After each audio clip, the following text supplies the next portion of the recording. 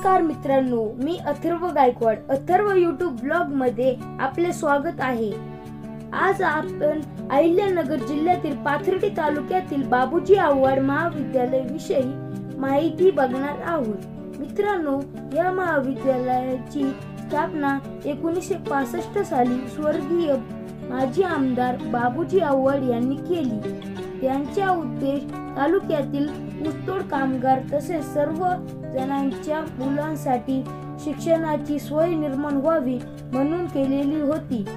म्हणून या महाविद्यालयाचे पूर्वीचे नाव जनता महाविद्यालय असे होते।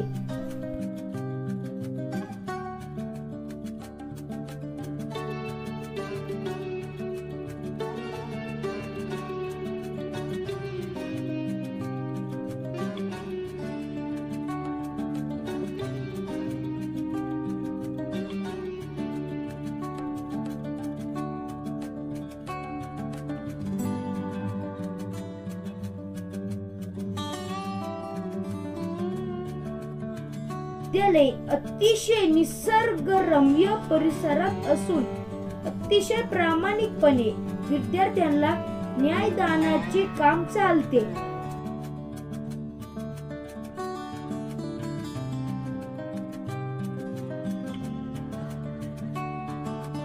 विद्यालयात कला, वाणिज्य व विज्ञान या शाखा असून तालुक्यातील सर्व विद्यार्थी मोठ्या संख्येने शिक्षण घेत आहेत।